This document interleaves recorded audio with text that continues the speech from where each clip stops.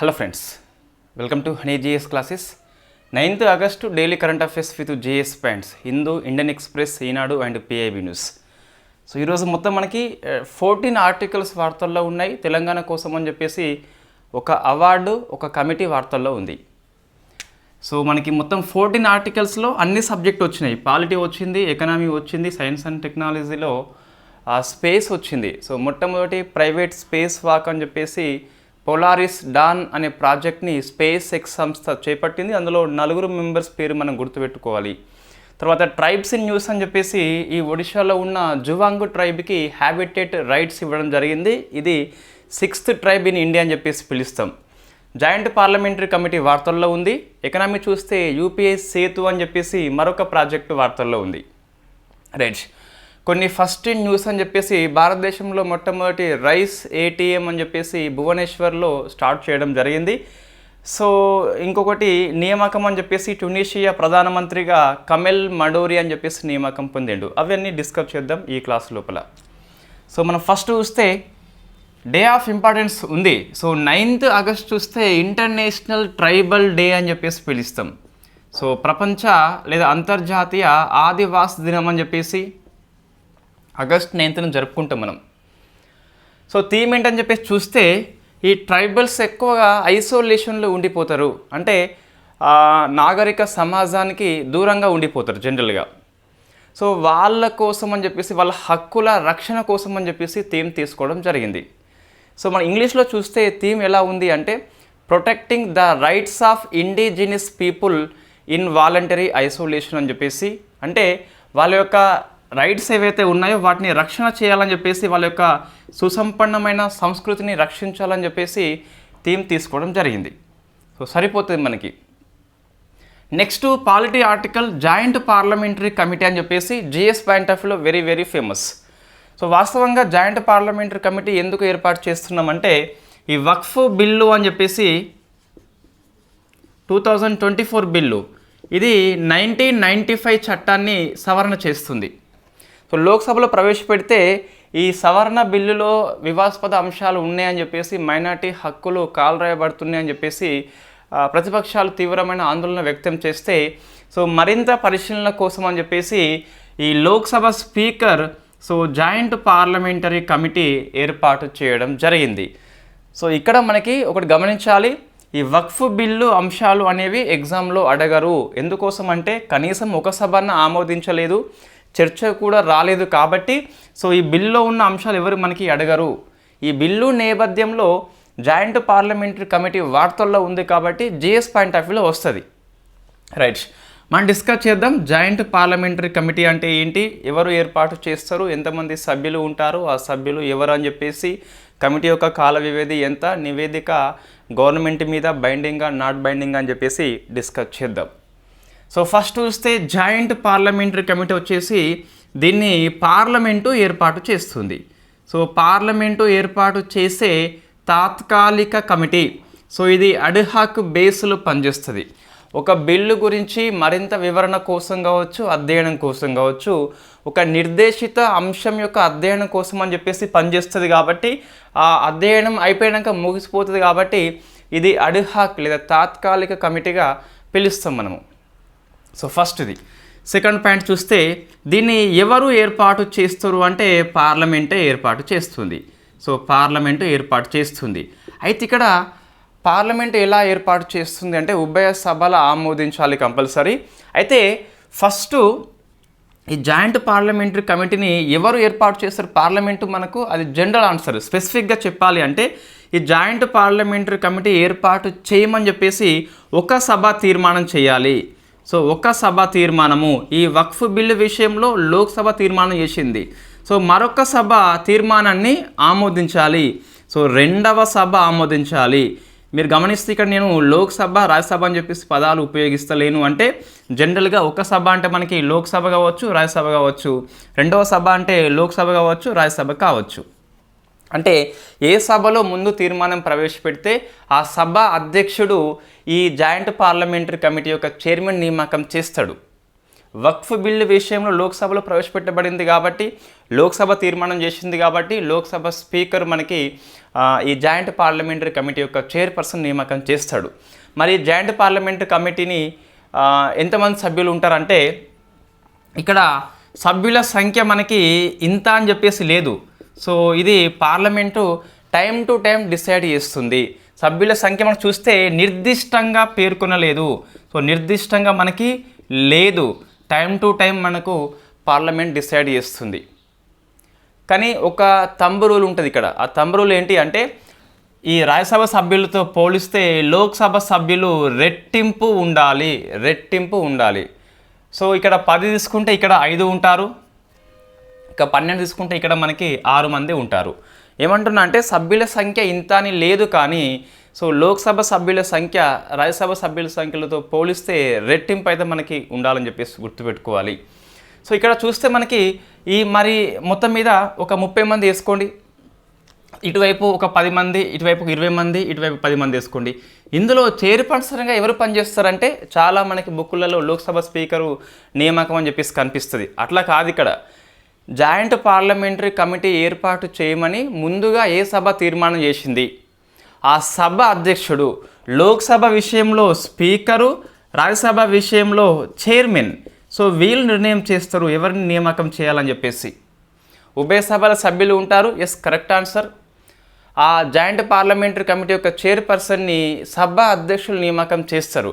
లోక్సభ తీర్మానం చేస్తే స్పీకర్, రాజ్యసభ తీర్మానం చేస్తే చైర్మన్ అని చెప్పేసి నియామకం చేస్తారు. సో మరి జాయింట్ పార్లమెంటరీ కమిటీ ఏర్పాటు అనంతరము ఎంత గడువు ఉంటుంది అంటే, ఈ నిర్దేశిత అంశము ఈ విషయంలో వక్ఫ్ బిల్లు కదా, ఈ అధ్యయనం అయిపోయాక నివేదిక పార్లమెంట్కి సబ్మిట్ చేస్తే కదా, సో అంతవరకు ఇది అమల్లో ఉంటుంది. ఒకసారి నివేదిక సబ్మిట్ చేస్తే ఈ జాయింట్ పార్లమెంటరీ కమిటీ మనకి అంతమైపోద్ది. కాబట్టి ఇది అడ్హాక్ బేస్లో పనిచేస్తుంది. నివేదికలోని అంశాలు పార్లమెంట్ లేదా ప్రభుత్వం కట్టుబడి ఉండనవసరం లేదు. It is only advisory nature కలిగి ఉంటుంది, సలహాపూర్వకంగా మాత్రమే కలిగి ఉంటుంది. గవర్నమెంట్ కట్టుబడి అవసరం లేదని చెప్పేసి గుర్తుపెట్టుకోవాలి. ఇది మనకి జాయింట్ పార్లమెంటరీ కమిటీ గురించి అండి. సో ఎవరు ఏర్పాటు చేస్తారు? పార్లమెంట్ ఏర్పాటు చేస్తుంది. సభ్యులు, లోక్సభ సభ్యుల సంఖ్య రెట్టింపు ఉంటుంది రాజ్యసభ సభ్యుల సంఖ్యతో పోలిస్తే. ఈ జాయింట్ పార్లమెంట్ కమిటీ చైర్పర్సన్గా ఏ సభలో తీర్మానం చేస్తే ఆ సభ అధ్యక్షుడు నియామకం చేస్తారు అని చెప్పేసి గుర్తుపెట్టుకోవాలి. అధికారాలు చూస్తే, సో ఈ బిల్లు గురించి ఏ పార్లమెంటు సభ్యుడినైనా విచారణ కోసము లేదా సాక్ష్యాల కోసము పిలుపు ఇవ్వచ్చు. వాళ్ళు తప్పనిసరిగా హాజరు కావాలి. హాజరు కాకుంటే సభ హక్కుల ఉల్లంఘన కిందికి వస్తుంది. మరి మంత్రుల్ని పిలవచ్చు అంటే ఎస్, పిలవచ్చు, కానీ సభ అధ్యక్షుడు అనుమతి తీసుకొనే పిలవాల్సిన అవసరం ఉంటుంది. ఇవన్నీ మనకి స్టేట్మెంట్ రూపంలో ప్రశ్న వచ్చినప్పుడు ఎక్కువ ఆప్షన్స్ కనిపిస్తాయి కదా, 2, 3, 4, 1, 2, 3 అని చెప్పేసి, అప్పుడు ఇట్లా క్వశ్చన్ అడుగుతారు. జాయింట్ పార్లమెంటరీ కమిటీ అధికారాలు చూస్తే ఏ సభ్యుడిని అయినా ఎవరినైనా తన ముందు హాజరు కావాల్సిందిగా సాక్ష్యాలు సబ్మిట్ చేయాల్సిందే, విచారణ లేదా ఆదేశాలు ఇవ్వచ్చు. మంత్రిని పిలవచ్చా అంటే ఎస్, పిలవచ్చు, బట్ మనకి సంబంధిత సభ యొక్క అధ్యక్షుడి యొక్క అనుమతితోనే మంత్రిని పిలిచే అవకాశం కనిపిస్తుంది. సో ఇది మనకు జాయింట్ పార్లమెంటరీ కమిటీ గురించి కంప్లీట్గా. సో నెక్స్ట్ యూపీఐ సేతు అని చెప్పేసి మనకి ఒక ఎకనామీ ఆర్టికల్ వార్తల్లో ఉంది. డిజిటల్ మనీ దగ్గర మనం దీన్ని రాసుకోవాలి. సో మనకి ద్రవ్యము పాఠం ఉంది కదా, అక్కడ డిజిటల్ మనీ దగ్గర రాసుకోవాలి. సో యూపీఐ సేతు అని చెప్పేసి మనకి యూపీఐ వచ్చేసి very famous. In fact UPSC, TGPSC, BPSC examiner యొక్క వెరీ ఫేమస్ టాపిక్ అని చెప్పేసి చెప్పొచ్చు యూపీఐ పేమెంట్స్ విషయంలో. సో ఇది యూపీఐ సేతు అంటే ఏంటి అంటే, సో సేతు మీన్స్ మనకి వంతెన. సో నీకు గూగుల్ పే ఉందా, లేదా ఇన్ఫ్యాక్ట్ ఫోన్పే ఉందా, లేదా పేటిఎం ఉందా, ఇంకేవో ఉంటాయి కదా. సో అన్నిటి యొక్క అంటే అన్ని యాప్స్ ఏవైతే మనకు ఈ యూపీఐ పేమెంట్స్ని అందిస్తాయో, యూనిఫైడ్ పేమెంట్ ఇంటర్ఫేస్ అని చెప్పేసి గూగుల్ పే, ఫోన్పే, పేటిఎం అని చెప్పేసి, సో అన్నింటి సేవలు ఒకే యాప్లో పనిచేస్తుంది. అదే యూపీఐ సేతు అని చెప్పేసి పిలుస్తాం. అంటే ఇది కంప్లీట్గా యూపీఐ బేస్డ్ యాప్ అని చెప్పేసి పిలుస్తాం. ఇండియాలో మొట్టమొదటి యాప్ ఇది. మనం ఏదన్నా ఒకటి ఆన్లైన్లో కొనుగోలు చేసినప్పుడు ఈ ఫోన్పే, గూగుల్ పే ఇవన్నీ కనిపిస్తాయి కదా, ఇవన్నీ కూడా ఒకే దగ్గర అందుబాటులో ఉంటుంది. అదే యూపీఐ సేతు అని చెప్పేసి పిలుస్తాం. ఇండియాలో మొట్టమొదటి యూపీఐ బేస్డ్ ప్లాట్ఫామ్ని యూపీఐ సేతు అని చెప్పేసి పిలుస్తాం. అందులో ఫోన్పే ఉంటుంది, గూగుల్ పే ఉంటుంది, ఇన్ఫ్యాక్ట్ ఇంకా పేటిఎం అని చెప్పేసి అవన్నీ ఉంటాయి. రైట్. దీన్ని ప్రారంభం చేశారు అంటే ఫైన్ లేదా పైన్ ల్యాబ్స్ అని చెప్పేసి ఇది యూపీ కేంద్రంగా పనిచేస్తుంది. దాంతోపాటు యాక్సిస్ బ్యాంకు యొక్క తోడ్పాటుతోని పైన్ ల్యాబ్స్ ఇది నోయిడా లోపల ఉంటుంది, యూపీ కేంద్రంగా పనిచేస్తుంది. సో ఇది దీన్ని యూపీఐ సేతుని ప్రారంభించింది. ఒక ప్లాట్ఫామ్, ఒక వెబ్ ప్లాట్ఫామ్, ఒక యాప్ మాదిరిగా పనిచేస్తుంది. అన్ని యూపీఐ సేవలు ఒకే దగ్గర అందుబాటులోకి తీసుకొస్తుంది. క్రెడిట్ కార్డు బిల్లు పేమెంట్ చేయొచ్చు అట, మన గ్యాస్ బిల్లు పేమెంట్ చేయవచ్చు, ఫోన్ రీఛార్జ్ చేసుకోవచ్చు, అవన్నీ ఒక దగ్గరే మనకి కనిపిస్తాయి. ఫోన్పేలో ఏవి ఉంటాయో, గూగుల్ పేలో ఏముంటాయో, పేటిఎంలో ఏముంటాయో అవన్నీ కూడా యూపీఐ సేతులో మనకి కనిపిస్తుంది. అది ఎకనామీ ఆర్టికల్స్. నెక్స్ట్ స్పేస్ కిందికి వస్తుంది. So first private space walk అని చెప్పేసి వార్తల్లో ఉంది. So first private, I think ఇది మనం డిస్కస్ చేసినాం ఇంతకుముందు. స్పేస్ వాక్ ఆగస్ట్ 26న చేస్తారు వీళ్ళు, కాబట్టి మరొకసారి మనకి 26 ఆగస్టున వార్తల్లో వస్తుంది. సో అప్పుడు మనం దీన్ని స్కిప్ చేస్తాము. మరీ కొత్త అంశం ఏమన్నా అప్డేట్ దీంట్లో ఉంటే తప్పించి స్కిప్ చేస్తాం మనం, అప్పుడు మళ్ళీ డిస్కస్ చేయము. ఇదే మంత్ కరెంట్ అఫైర్స్లో వచ్చింది కాబట్టి. దీన్ని స్పేస్ ఎక్స్ సంస్థ కండక్ట్ చేస్తుంది. సో స్పేస్ ఎక్స్ సంస్థ పొలారిస్ డాన్ అనే ప్రాజెక్టు పేరు ఇది. సో పొలారిస్ డాన్ ఏంటి అంటే ప్రపంచంలో మొట్టమొదటి ప్రైవేట్ స్పేస్ వాక్ కండక్ట్ చేస్తుంది పొలారిస్ డాన్ అని చెప్పేసి.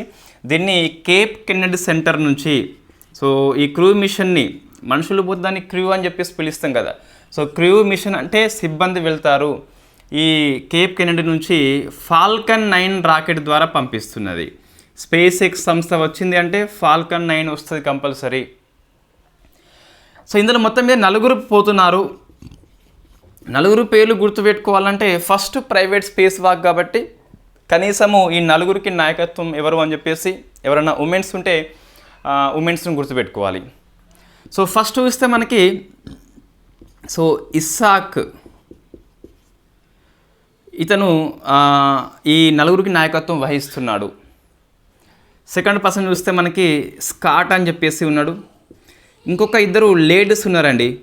సో సారా గిల్లిస్, మన శుభమన్ గిల్ తెలుసు, సారా టెండూల్కర్ తెలుసు, కాబట్టి ఈజీగా మనకు గుర్తుంటుంది. సారా గిల్లిస్ అని చెప్పేసి. నెక్స్ట్ అన్నా మీనన్, వీళ్ళిద్దరు కూడా లేడీస్ అండి. సో మనకు 2 లేడీస్, ఒక 2 మెన్స్ ఉన్నారు. బట్ ఇక్కడ ఇస్సాక్ అని చెప్పేసి మనకి ఇస్సాక్ మ్యాన్ అని చెప్పేసి పిలుస్తాం. సో ఆయన పేరు గుర్తుపెట్టుకోవాలి, 4కి నాయకత్వం వహించేది కాబట్టి. ఇది ఆ ప్రైవేట్ స్పేస్ వాక్ అని చెప్పేసి కండక్ట్ చేయబోతున్నారు. విజయవంతమైతే 4 రికార్డు సృష్టిస్తారు ఫస్ట్ ప్రైవేట్ స్పేస్ వాక్ కాబట్టి. సో పొలారిస్ డాన్ అని చెప్పేసి ఆ ప్రాజెక్ట్ పేరు గుర్తుపెట్టుకోవాలి. ఫాల్కన్ 9 అని చెప్పేసి రాకెట్ పేరు గుర్తుపెట్టుకోవాలి. ఎక్కడి నుంచి ప్రయోగం అని చెప్పేసి గుర్తుపెట్టుకోవాలి. సో ఇసాక్, స్కాట్, సారా గిల్లిస్, అన్నా మీనన్ అని చెప్పేసి ఆ పేర్లను కంపల్సరీ గుర్తుపెట్టుకోవాల్సిందే. మనం ఇంతకుముందు డిస్కస్ చేసినాం ఐ థింక్ దాన్ని. నెక్స్ట్ మనకి డిఫెన్స్ ఆర్టికల్ ఈరోజు వార్తల్లో లేవు. సైన్స్ అండ్ టెక్నాలజీ అదర్స్లో ఒక వ్యాధికి చికిత్స కోసం అని చెప్పేసి వైద్య ఆవిష్కరణ వార్తల్లో ఉంది. ఏది మనకు గౌట్ అవుట్ అని చెప్పేసి ఇది మందు పేరు, ఒక హెర్బల్ మెడిసిన్. ఈ ఔషధ మూలికలు ఉపయోగించి national botanical research institution CSIR యొక్క అనుబంధ సంస్థ లక్నో కేంద్రంగా పనిచేస్తుంది. ఈ సంస్థ మొట్టమొదటి ఈ herbal medicine for gout disease కోసం అని చెప్పేసి దాని పేరు గౌట్ అవుట్ అని చెప్పేసి పిలుస్తాం. అంటే ఈ గౌట్ వ్యాధి మన కీళ్ళ వ్యాధి అని చెప్పేసి పిలుస్తాం కదా. ఈ గౌట్ వ్యాధి ఎందుకు వస్తుందంటే జనరల్గా మనకి యూరిక్ యాసిడ్ రక్తంలో ఉంటుంది. సో ఇన్ఫ్యాక్ట్ ఆ మూత్రపిండాల ద్వారా బయటకి వెళ్ళిపోతుంది. అట్లా బయటకి వెళ్ళిపోకుండా ఎక్కువ లెవెల్లో యూరిక్ యాసిడ్ ఉన్నట్లయితే ఈ బోన్స్ ఏవైతే ఉన్నాయో ఈ బోన్స్ మనకి కీళ్ళ మధ్యన కొన్ని స్ఫటికాల రూపంలో జమ అవుతుంది. అట్లా జమ అయినప్పుడు ఈ కీళ్ళు ఫ్రీగా మూమెంట్ కావు, చాలా ఇబ్బంది ఎదురవుతుంది. జనరల్గా ఈ గౌటు వ్యాధి మనకి ఎక్కువగా యూరిక్ యాసిడ్ లెవెల్స్ ఉన్న వాళ్ళకి తరచుగా వస్తుంది. పెద్ద ఇబ్బంది పెట్టదు, బట్ ఒకసారి వచ్చినట్లయితే మళ్ళీ వచ్చేందుకు అవకాశం కనిపిస్తుంది. సో ఇది ఉండాలి అని చెప్పేసి ఇలా తెలుస్తా అంటే మనకి ఉన్నట్టుండిగా మనకు సో కీళ్ళ నొప్పులు స్టార్ట్ అయితే గిట్ట అదొక లక్షణం అని చెప్పేసి మనం చెప్పుకోవచ్చు. ఈ బొటనవేలు దగ్గర ఎర్రగా అయి ఉబ్బుతుందట. సో మనకి ఇన్ఫ్యాక్ట్ ఇవన్నీ లక్షణాలన్నీ పేపర్లో వస్తాయి ఏమేమి ఉంటాయని చెప్పేసి. రైట్, మనము యూరిక్ యాసిడ్ లెవెల్ టెస్ట్ చేసుకొని దాని నిర్ధారణ అయితే మనం చేయవచ్చు. సో ఇది ఎన్బిఆర్ఐ సంస్థ దీన్ని రూపొందించింది. ఒక 5 ఔషధ మూలికలు ఉపయోగించి గౌట్ అవుట్ అని చెప్పేసి ఒక హెర్బల్ మెడిసిన్. ఇది ఫస్ట్ దట హెర్బల్ మెడిసిన్ అని చెప్పేసి చూసుకోవాలి. సో నెక్స్ట్ ఇది ఒక కీళ్ళ వ్యాధి అని చెప్పేసి ప్రశ్న వస్తుంది. నెక్స్ట్ ఒక చెట్టు వార్తల్లో ఉంది సమని సమన్. సో ఇది శాస్త్రీయ నామం అండి ఇది. సో సమని సమన్, దీన్ని తెలుగులో మన వాడుక భాషలో నిద్ర గన్నేరు అని చెప్పేసి పిలుస్తాం. సో నిద్ర గన్నేరు అని చెప్పేసి పిలుస్తాం. సో ఇది వెరీ ఫేమస్. దీన్ని సినిమా ట్రీగా అంటే తెలుగు సినిమాల్లో చాలా సినిమాల్లో కనిపిస్తుందట. ఈ విశ్వనాథ్ కానీ మనకి, లేకుంటే ఈ వంశీ సినిమాలు ఉంటాయి కదా, సో ఆ సినిమాల్లో ఇది ఎక్కువసార్లు కనిపించింది అట. 50 ఏళ్లకు పైగా చరిత్ర కలిగి ఉన్న చెట్టు ఇది. మొన్న తూర్పుగోదావరి డిస్టిక్ లోపల తుఫాన్కి కింద పడిపోయింది. సో అందుకు మనకి ఇది వార్తల్లో కనిపించింది. ఈ వంశీ మన డైరెక్టర్ వచ్చేసి దాన్ని విజిట్ చేసి ఇది చెట్టు కనుక మళ్ళీ ఇది రిస్టోర్మెంట్ చేస్తే గిట్ట సినిమా తీస్తా అని చెప్పేసి చెప్పడం జరిగింది.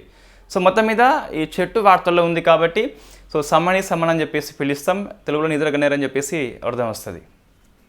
నెక్స్ట్ ఓంకారేశ్వర ఒక ఫ్లోటింగ్ సోలార్ పవర్ ప్లాంట్ వార్తల్లో ఉంది. సో తేలియాడే సౌర విద్యుత్ కేంద్రం అని చెప్పేసి పిలుస్తాం. ఓంకారేశ్వర పేరు ఇది. So Omkareshwara floating solar power plant అని చెప్పేసి ఇది మధ్యప్రదేశ్ డిస్టిక్ రాష్ట్ర లోపల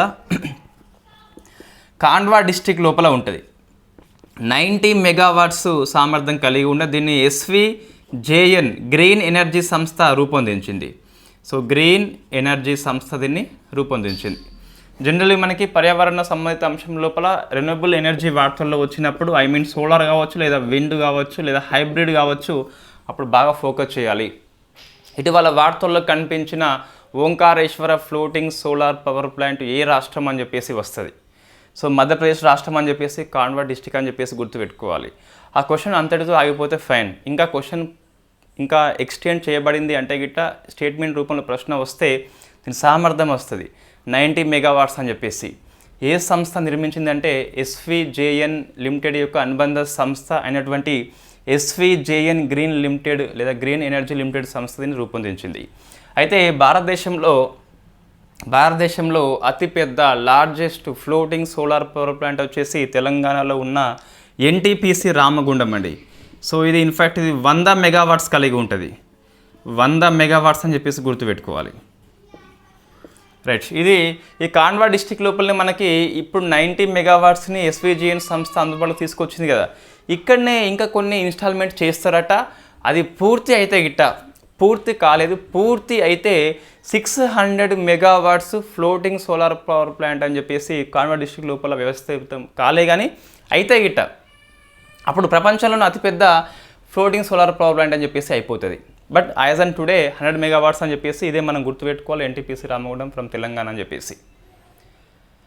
సో ఇది మనకి సబ్జెక్ట్ కరెంట్ అఫైర్స్ అండి ఇంతవరకు. అంటే ఇది ఈ polity, economy, space, science and technology, others and పర్యావరణ అంశాలు అని చెప్పేసి సబ్జెక్ట్ అవి. అంటే గ్రూప్ 2 APPSC వాళ్ళు ఇక స్కిప్ చేయవచ్చు. నెక్స్ట్ మిగతా అన్నీ కూడా గవర్నమెంట్ పాలసీ, ట్రైబ్స్, ఈ రిపోర్ట్స్ ఇవన్నీ కూడా గ్రూప్ 2 TGPSC, గ్రూప్ 3, గ్రూప్ 4 లాంటి పరీక్షలకు బాగా పనికి వస్తుంది. సో నెక్స్ట్ మనకి జువాంగ్ అని చెప్పేసి ఒక ట్రైబ్ వార్తల్లో ఉంది. స్పెల్లింగ్ అయితే JUANGA. సో జువాంగా అని చెప్పేసి పిలుస్తాం కావచ్చు. మొత్తం మీద జ్వాంగా అని చెప్పేసి అయితే మనం పిలవం దీన్ని. సో జువాంగా అని చెప్పేసి పిలుస్తాం. ఇది ఒడిశాలో ఉన్న ఒక PVTG గ్రూపు. ఎవరు? ఒక PVTG group. So particularly vulnerable tribal group అని చెప్పేసి భారతదేశంలో మొత్తము 705 ట్రైబ్స్ ఉన్నాయి. అందులోకి 75 ట్రైబ్స్ని PVTGగా గుర్తించారు. అందులో ఎక్కువ మనకి ఒడిశాలో ఉంటాయి. సో మొత్తం 13 ఉంటాయి. సో అందులో ఒక ట్రైబు ఈ జువాంగా అని చెప్పేసి పిలుస్తాం. ఇది ఎందుకు వార్తల్లో వచ్చింది? So what is the PVTG? మనం డిస్కస్ చేసినాం ఆల్రెడీ. 1973 దెబర్ కమిషన్ రిపోర్ట్ ప్రకారము కొన్ని ట్రైబ్స్ని ఫస్ట్ ఈ PTGగా గుర్తిస్తారు. 2006లో దీన్ని PVTGగా పేరు మారుస్తారు. మొత్తం 18 రాష్ట్రాలు, ఒక UT అండమాన్ నికోబార్ దీవులు అని చెప్పేసి 18 రాష్ట్రాలు, ఒక UT లోపల 75 PVTG గ్రూప్స్ ఉన్నాయి. అందులో ఒకటి జువాంగా అని చెప్పేసి పిలుస్తాం. మరి ఇప్పుడు ఎందుకు వార్తలో వచ్చింది అంటే దీనికి హ్యాబిటేట్ రైట్స్ ఇవ్వడం జరిగింది. సో హ్యాబిటేట్ రైట్స్ పొందిన 6th ట్రైబ్ అండి ఇది. యాజ్ పర్ హిందూ ప్రకారం చూస్తే 6th ట్రైబ్ అని చెప్పేసి గుర్తుపెట్టుకోవాలి. నివాస హక్కులు అని చెప్పేసి పిలుస్తాం. అంటే మనకి ఫారెస్ట్ రైట్ యాక్ట్ అని చెప్పేసి 2006 ఉంటుంది కదా, దీని ప్రకారము ఒక పీవీటీసీ గ్రూప్కి హ్యాబిటేట్ రైట్స్ ఇస్తారు. అట్లా ఇస్తే లాభం ఏంటి అంటే వాళ్ళ యొక్క ప్రాక్టీసెస్ ఏవైతే ఉన్నాయో జీవనోపాధి కోసం అని చెప్పేసి అవన్నీ కండక్ట్ చేసుకోవచ్చు. ఏ ప్రాంతంలో ఇస్తే ఆ ప్రాంతం లోపల వాళ్ళ యొక్క సంస్కృతి కార్యక్రమాలన్నీ జరుపుకోవచ్చు. ఒకవేళ హ్యాబిటేట్ రైట్స్ లేకుంటే గిట్ట ఈ ఫారెస్ట్ రైట్ యాక్ట్ యొక్క రూల్స్కి లోబడి వాళ్ళు అక్కడ ఉండాల్సిన అవసరం ఉంటుంది. వాళ్ళ ప్రాక్టీస్ ఏదైనా కూడా ఇక్కడ చేసుకోవచ్చు ఆ నివాస హక్కులు ఇస్తే గిట్ట. పర్యావరణానికి ఇబ్బంది పెట్టినా కూడా జనరల్లీ వాళ్ళ జీవన శైలి వచ్చేసి ఇబ్బంది పెట్టదు. అది వాళ్ళ యొక్క విలువలకు ఆధారపడి ఉంటుంది. సో ఒకవేళ ఇబ్బంది పెట్టినా కూడా హ్యాబిటేట్ రైట్స్ కనుక ఇస్తే గిట్ట అప్పుడు మనకి కంపల్సరీ ఏదైనా చేసుకోవచ్చు. వాళ్ళ సంస్కృతి రక్షణ చేసుకోవచ్చు, వాళ్ళ యొక్క జీవనోపాధి కోసం అని చెప్పేసి వివిధ పనులు చేసుకోవచ్చు. సో మరి ఇక్కడ ఇది వార్తల్లో ఉంది కాబట్టి జనరల్గా ప్రశ్న ఎలా వస్తుంది, ట్రైబ్స్ ఇచ్చేసి రాష్ట్రం ఇవ్వచ్చు, లేదా హ్యాబిటేట్ రైట్స్ వార్తల్లో ఉంది కాబట్టి ఫస్ట్ ఏ ట్రైబు నివాస హక్కులు పొందింది అంటే సో బరియా. సో మనం డిస్కస్ చేసినాం ఆల్రెడీ, బరియా అని చెప్పేసి ఫ్రమ్ మధ్యప్రదేశ్. సెకండ్ది కమర్, ఇది మనం డిస్కస్ చేసినాము, ఛత్తీస్గఢ్ రాష్ట్రంలో ఉంటుంది. థర్డ్ వచ్చేసి సో ఈ బరియా, కమర్ అండ్ బైగా, బైగా ఫ్రమ్ ఛత్తీస్గఢ్ రాష్ట్రము. సో మనకి ఫోర్త్ వచ్చేసి పౌడి బుయాన్ అని చెప్పేసి ఉంటుంది. సో పౌడి బుయాన్ ఇది ఫ్రమ్ ఒడిషా, ఫోర్త్ది పౌడి బుయాన్. ఫిఫ్త్ది మనకు జువాంగే, జువాంగే కానీ అది వేరే డిస్టిక్ లోపల. సో జువాంగ్ అని చెప్పి ఒడిషా రాష్ట్రమే కానీ జువాంగ్ మనకి జాజ్పూర్ డిస్టిక్ లోపల. సో జాజ్పూర్ డిస్టిక్ లోపల ఇప్పుడు జువాంగ్ ఉంది కదా, ఈ ఆరోది. ఈ జువాంగ్ అని చెప్పేసి మనకి కియోంఝార్ డిస్టిక్ లోపల. సో కియోంఝార్ డిస్టిక్ లోపల మొత్తం 6 అండి. అయితే జువాంగ్ ఇంతకుముందు పొందింది, బట్ మనకి జాజ్పూర్ అని చెప్పేసి ఒడిషా లోపలనే ఉంటుంది. సో ట్రైబ్స్ పరంగా 5వది అవుతుంది. ఓవరాల్గా మనకి ఎన్ని ప్రాంతాల్లో అంటే 6 ప్రాంతాల్లో అని చెప్పేసి వస్తుంది. ఇక్కడ మిగతా వాడికి డిస్టిక్ పేర్లు ఇవ్వలేదు. ఎందుకోసం అంటే సో ఈ రాష్ట్రంలో ఉన్న బరియా ట్రైబ్ ఎక్కడ ఉన్నా కూడా హ్యాబిటేట్ రైట్స్ పొందింది. ఈ జువాంగ్ మాత్రం మనకి ఒడిషా లోపల జూజాపూర్లో ఉంది, జాజ్పూర్లో ఉంది, కియోంఝార్లో ఉంది కాబట్టి విడివిడిగా ఇవ్వడం జరిగింది. కాబట్టి సో డిస్టిక్ల పేర్లు కొద్ది వరకు మనం గుర్తుపెట్టుకోవాలి. నివాస హక్కులు అని చెప్పేసి 6th ట్రైబ్ ఇన్ ఇండియా అని చెప్పేసి పిలుస్తాం. సో ఫస్ట్ది బరియా గుర్తుపెట్టుకోవాలి. మనము డైలీ క్లాస్ లోపల ఈ కమర్ నుంచి మనం డిస్కస్ చేస్తున్నామండి. కమర్ నుంచి ఇన్ఫ్యాక్ట్ ఈ జువాంగ్ మనకి రాలేదు ఇక్కడ కూడా, ఈ 5th టైంది రాలేదు. మన 4th వరకే మన క్లాసులలో, 2nd, 3rd, 4th మన క్లాసుల్లో 22nd కరెంట్ అఫైర్స్ నుంచి ఉన్నది. 23rd ఇయర్లో కూడా కొన్ని వచ్చినాయి మనకు. బట్ ఇక్కడ చూస్తే ఈ జువాంగ్ వచ్చేసి రాలేదు కాబట్టి ఒకసారి మనం దీన్ని యాడ్ చేసుకోవాలి. నిన్న మాత్రము ఈ కియోంఝార్ ప్రాంతం లోపల ఉన్న జువాంగ్కి ఇవ్వడం జరిగింది. అంతకుముందు ఎప్పుడో జాజ్పూర్లో జువాంగ్కి ఇచ్చిందట. సో ఇవన్నీ మనం కంపల్సరీ గుర్తుపెట్టుకోవాల్సిన ట్రైబ్స్ అండి. సో ట్రైబ్స్ ఇన్ న్యూస్ అని చెప్పేసి చాలా పుస్తకాలు, జీకే పుస్తకాల్లో 100ల కొలది ఉంటాయి. అట్లా చదవద్దు. అది ఏది వార్తల్లో ఉందో అది ఎక్కువ వచ్చేందుకు అవకాశం ఉంటుంది. అవి కాకుండా మన రాష్ట్రంలో ఉన్న పీవీటీసీ ట్రైబ్స్ గుర్తుపెట్టుకోవాలి, సరిపోతుంది. ఎందుకంటే ఎక్కువైతే అవసరం లేదు. నెక్స్ట్ గవర్నమెంట్ పాలసీ కిందకి వస్తుంది హర్ ఘర్ తిరంగా. ఇది మనం డిస్కస్ చేసినాము 3-4 days back. So August 9th నుంచి 15 వరకు ఇది ఉంటుందట హర్ ఘర్ తిరంగా అని చెప్పేసి. 2022లో వెరీ ఫస్ట్ టైం మనము ఆజాదీ కా అమృత్ మహోత్సవ్లో భాగంగా జరుపుకున్నాము. ఆగస్టు 13 నుంచి 15 వరకు. లాస్ట్ ఇయర్ 2nd ఎడిషన్ అయితే ఈ ఇయర్లో 3rd ఎడిషన్ జరుపుకుంటున్నాము. ఆగస్టు 9 నుంచి 15 దాకా ప్రతి ఇంటి మీద నేషనల్ ఫ్లాగ్ని ఎగరవేయాలని చెప్పేసి ఈ స్కీమ్ అయితే పనిచేస్తుంది. దీనిలో భాగంగా ఆగస్టు 13, సో ఆగస్టు 13 మనకు ఏది తిరంగా బైక్ ర్యాలీ అని చెప్పేసి కండక్ట్ చేస్తున్నారు. సో తిరంగా బైక్ ర్యాలీ అని చెప్పేసి దీన్ని పార్లమెంట్ ఎంపీలు కండక్ట్ చేస్తున్నారు. పార్లమెంట్ ఎంపీలు అందరూ కూడా తిరంగా బైక్ ర్యాలీలో హాజరవుతారు, స్వచ్ఛందంగానే హాజరవుతారు, నిర్బంధం ఇక్కడ ఏమీ లేదు. సో ఈ ప్రగతి మైదాన్ నుంచి, భారత్ మండపం నుంచి ధ్యాన్ చంద్ స్టేడియం వరకైతే ఈ బైక్ ర్యాలీగా పోతారట, జెండాలు పట్టుకొని. తిరంగా బైక్ ర్యాలీ అని చెప్పేసి పిలుస్తాం. అది దేశభక్తికి ఒక ప్రతీకలాగా పనిచేస్తుంది. అంటే తిరంగా బైక్ ర్యాలీలో పాల్గొంటేనే దేశభక్తి ఉందని చెప్పేసి కాదు. ఆ రోజు ఏమైనా అవసరం ఉంటే కూడా మనం ఆబ్సెంట్ కావచ్చు. ఆబ్సెంట్ అయినంత మాత్రం దేశద్రోహం అని చెప్పేసి చెప్పొద్దు మనం. సో నెక్స్ట్ చూస్తే ఈ బ్రెస్ట్ ఫీడింగ్ విషయంలో ఒక గవర్నమెంట్ పాలసీ, ఇది అదర్ స్టేట్ న్యూస్ అండి. సో బ్రెస్ట్ ఫీడింగ్, తల్లి పాలు ఇవ్వడంలో తండ్రికి అండ్ ఫ్యామిలీ మెంబర్స్కి ఒక అవగాహన కల్పించేందుకు వెస్ట్ బెంగాల్ ప్రభుత్వము యూనిసెఫ్ కలిపి ఒక అవేర్నెస్ ప్రోగ్రామ్ని కండక్ట్ చేస్తున్నాయి. సో ఇది వరల్డ్ బ్యాంక్ కాదు, వెస్ట్ బెంగాల్ అని చెప్పేసి పిలుస్తాం. నోట్స్ లోపల పూర్తి రాయలేకపోయినా WB అంటే వెస్ట్ బెంగాల్ అని చెప్పేసి గుర్తుపెట్టుకోవాలి. సో బ్రెస్ట్ ఫీడింగ్ ఇవ్వడంలో అవేర్నెస్ కల్పిస్తుంది, అంటే తల్లి పాలిచ్చేటప్పుడు డిస్టర్బ్ చేయొద్దు, పని ఉన్నప్పటికీ మీరే చేసుకోవాలని చెప్పేసి అటువంటి చెప్తుంది అన్నట్టు. నెక్స్ట్ చూస్తే ఫస్ట్ రైస్ ATM మనకి ఒడిషా లోపల భువనేశ్వర్లో స్టార్ట్ అయింది. సో ఫస్ట్ రైస్ ATM ఇది ఒడిషాలో ఫస్టా ఇండియాలో ఫస్ట్ అంటే మన క్లారిటీ ఏం లేదు, పేపర్లో వచ్చిందని బట్టి చూస్తే సో భువనేశ్వర్లో మొట్టమొదటి రైస్ ATM స్టార్ట్ అయిందట, మేబీ ఇండియాలో ఫస్ట్ కావచ్చు. సో ఇది ఎందుకోసం బాగా పనికి వస్తుంది అంటే జనరల్గా మనకి సో ఇక్కడ ఈ డీలర్ షాపులలో అక్రమాలు జరుగుతాయి, అంటే ఇది కంపల్సరీ ఏం కాదు, కొన్ని షాపులలో జరుగుతాయి. ప్రతి పనిలో 2 రకాలు ఉంటుంది, మంచి చెడు ఉంటుంది. సో అటువంటి అక్రమాలు రాకుండా ఇక్కడ అవకాశం ఉంటుందట.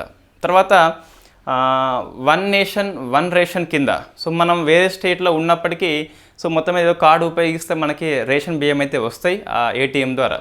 సో దీన్నే ఫస్ట్ రైస్ ATM అని చెప్పేసి భువనేశ్వర్లో స్టార్ట్ చేయడం జరిగింది. ఈ ఒడిషా పౌర సరఫరాల శాఖ స్టార్ట్ చేసింది కాబట్టి మేబీ ఒడిషా ఫస్ట్ అని చెప్పి చెప్పవచ్చు. ఇటువంటి ఇండియాలో లేదు కాబట్టి ఇండియాలో ఫస్ట్ అని చెప్పి చెప్పవచ్చు. ఇండియా గవర్నమెంట్ యొక్క ఇనిషియేటివ్ అయితే కాదు, ఒడిషా గవర్నమెంట్ యొక్క ఇనిషియేటివ్ ఇది. నెక్స్ట్ ఒక నియామకం వార్తల్లో ఉంది. ట్యునీషియా ప్రధానమంత్రిగా కమెల్ మడోరి నియామకం పొందిండు. సో కమెల్ మడోరి అని చెప్పేసి ఈ పేరు గుర్తుపెట్టుకోవాలి, బట్ అంతగానం ఫేమస్ ఏం కాదులేండి. నియామకం ఎప్పుడు మనకి క్వశ్చన్ వస్తుంది అంటే మహిళా నియామకం కావచ్చు, లేదా ఈ బంగ్లాదేశ్ మనకు మొన్న మహమ్మద్ యూనస్ అని చెప్పేసి నియామకం పొందింది కదా తాత్కాలిక ప్రధానిగా. సో అటువంటిది అంటే ఒక సైనిక తిరుగుబాటు జరిగి ఆ పౌర ప్రభుత్వాన్ని గద్దెని దింపి సో అప్పుడు కొత్త ప్రభుత్వం వస్తుంది, అటువంటి విషయాల్లో ఎక్కువ వస్తాయి అన్నట్టు. లేదా అతి పిన్న వయస్కుడు అని చెప్పేసి అటువంటివి వస్తాయి, లేదా మన దేశం యొక్క నియామకాలు వస్తాయి. అంతే తప్పించి ప్రతి కంట్రీ అయితే అవసరం లేదు, పేపర్లో వచ్చింది ఒకసారి చూసుకుని సరిపోతుంది. నెక్స్ట్ ఒక వ్యక్తి మరణించాడు, బుద్ధాదేవ్ భట్టాచార్య అని చెప్పేసి వెస్ట్ బెంగాల్ ప్రముఖ కమ్యూనిస్ట్ నాయకుడు. సో వెస్ట్ బెంగాల్కి 2000 ప్రాంతం నుంచి 2011 వరకు 3 సార్లు సీఎంగా చేయడం జరిగింది. 2000 నుంచి 2001 ఒకసారి, జ్యోతి బసు చనిపోయినప్పుడు ఇన్ఫ్యాక్ట్ అప్పుడు ఒకసారి 1 ఇయర్, 2001 నుంచి 6 వరకు రెండోసారి, 2006 నుంచి 11 వరకు మూడోసారి చేయడం జరిగింది మొత్తం మీద. నెక్స్ట్ ఒక రిపోర్ట్ వార్తల్లో ఉంది, సావరిన్ వెల్త్ ఫండ్ అనే సంస్థ ఇచ్చింది.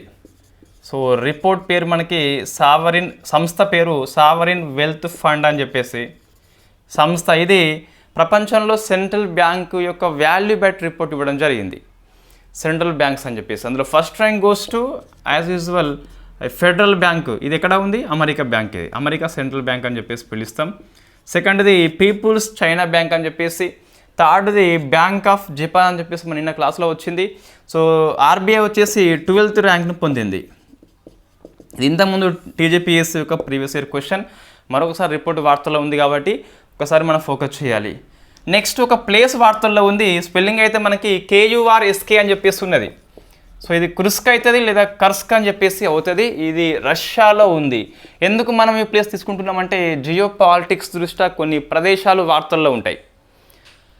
మొన్న మనకి బ్లూ లైన్ అని చెప్పేసి వార్తల్లో వచ్చింది, ఇది మీరు ఆన్సర్ చేయండి. So what is the blue line, A 2 countries మధ్య ఉందని చెప్పేసి ఆన్సర్ చేయండి. రైట్. సో ఇది కర్స్క్ లేదా కుర్స్క్ అని చెప్పేసి పిలుస్తాం కదా, ఇది నౌన్ అండి, ప్లేస్ పేరు కాబట్టి ఇలా చదువుకోవచ్చు. రష్యా వర్సెస్ ఉక్రెయిన్లో భాగంగా ఉక్రెయిన్ ఈ ప్రాంతాన్ని స్వాధీనం చేసుకున్నది కాబట్టి వెరీ ఫేమస్. జనరల్లీ మనకి ఉక్రెయిన్లో ఉన్న నగరాలని రష్యా స్వాధీనం చేసుకుంటుంది. ఇప్పుడు మనకి తొలిసారి ఏం కాదు కానీ ఈ ఉక్రెయిన్ దీన్ని ఆక్యుపై చేసింది కాబట్టి ఈ నగరం పేరు మనం గుర్తుపెట్టుకోవాలి. నెక్స్ట్ తెలంగాణ కోసం అని చెప్పేసి ఎన్ని అంటే 2 మనకు వార్తల్లో ఉన్నాయి. అందులో ఫస్ట్ చూస్తే ఒక కమిటీ వార్తల్లో ఉంది. సో ఆ కమిటీ ఏంటంటే మనకు ఈ ration card and health cards యొక్క జారీ మీద మనకు ఈ ఉత్తమ్ కుమార్ రెడ్డి నాయకత్వం లోపల మంత్రివర్గ ఉపసంఘం ఏర్పాటు అయింది. సభ్యులుగా దామోదర్ రాజనరసింహ, పొంగులేటి శ్రీనివాస్ రెడ్డి అని చెప్పేసి పనిచేస్తున్నారు. సో ఉపసంఘం పేరు మనం గుర్తుపెట్టుకోవాలి, దాని సభ్యుల పేరు గుర్తుపెట్టుకోవాలి. నెక్స్ట్ రాకేష్ కలపాల అని చెప్పేసి ఇతనికి European society of gastro intestinal endoscopy committee లోపల సభ్యత్వం పొందిన ఫస్ట్ నాన్ యూరోపియన్ వ్యక్తి. ఇందులో European society of gastro intestinal endoscopy committee లోపల సభ్యత్వం వచ్చింది తెలంగాణ వ్యక్తి. అందులో నాన్ యూరోపియన్ కంట్రీస్లో ఫస్ట్ వ్యక్తి అని చెప్పేసి గుర్తుపెట్టుకోవాలి. ఇది ఈరోజు కరెంట్ అఫైర్స్ అండి. ఒకసారి చూస్తే మనకు మొత్తం మీద ఏది స్కిప్ చేయొచ్చు అండి ఇందులో అంటే ఈ 6th ఈ సమన్ ఉంది కదా, సో అది కొద్ది వరకు స్కిప్ చేయవచ్చు. మిగతా ఈ కమెల్ మడోరి అని చెప్పేసి స్కిప్ చేయవచ్చు, భట్టాచార్య స్కిప్ చేయవచ్చు. ఈ 3 కాకుండా మిగతా 11 ఆర్టికల్స్ అయితే compulsory must read articles. So first చూస్తే ట్రైబల్ డే అని చెప్పేసి థీమ్ ఏంటి అంటే జస్ట్ వాళ్ళు ఐసోలేషన్లో ఉంటారు, వాళ్ళ యొక్క హక్కులకి రక్షణ కావాలని చెప్పేసి థీమ్ తీసుకోవడం జరిగింది.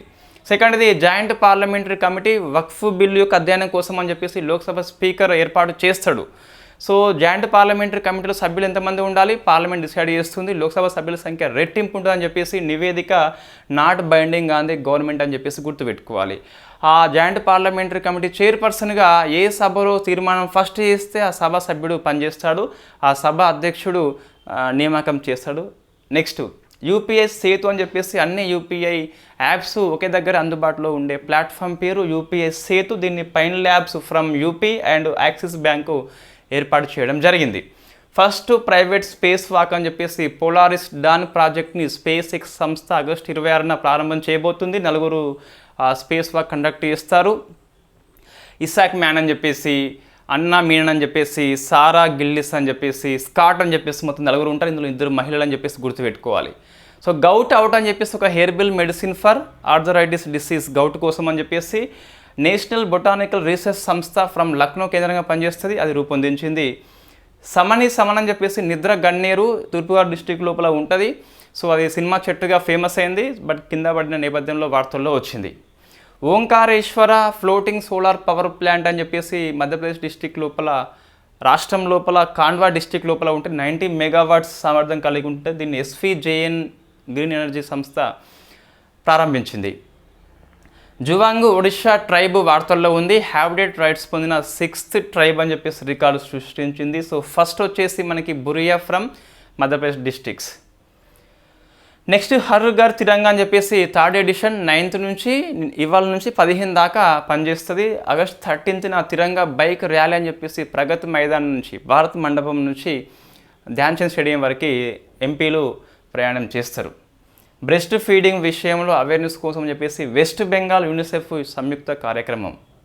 First rice ATM from Bhubaneswar Odisha state.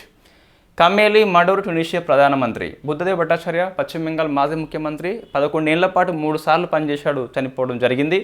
Sovereign wealth fund అనే సంస్థ సెంట్రల్ బ్యాంక్కి రిపోర్ట్ ఇవ్వడం జరిగింది. First rank goes to Federal Bank, second rank goes to People's China Bank, third rank goes to Bank of China, 12th rank goes to our RBI.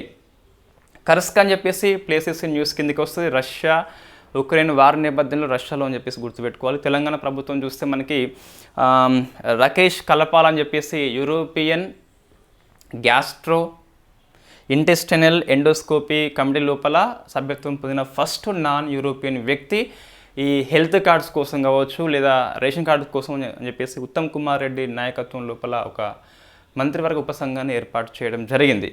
So మనకు Sunday class లేదండి, రేపు లేదు class. మళ్ళీ Monday evening మనము August 10th and 11th current అఫైర్స్తో కలుద్దాం. So next మనం ఆర్థిక సర్వే స్టార్ట్ చేసుకుందాం చాప్టర్ వైస్గా. సో రేపు హైదరాబాదు వస్తున్నా ఎవరైతే అందుబాటులో ఉంటారో కలిసే ప్రయత్నం చేయండి. జస్ట్ ఇది మనం పెద్ద ఏది విషయం కాదు, కానీ జస్ట్ అంటే మనకు నేరుగా కలిస్తే ఆస్పిరెంట్స్ యొక్క నీడ్స్ ఏంటని చెప్పేసి తెలుస్తుంది.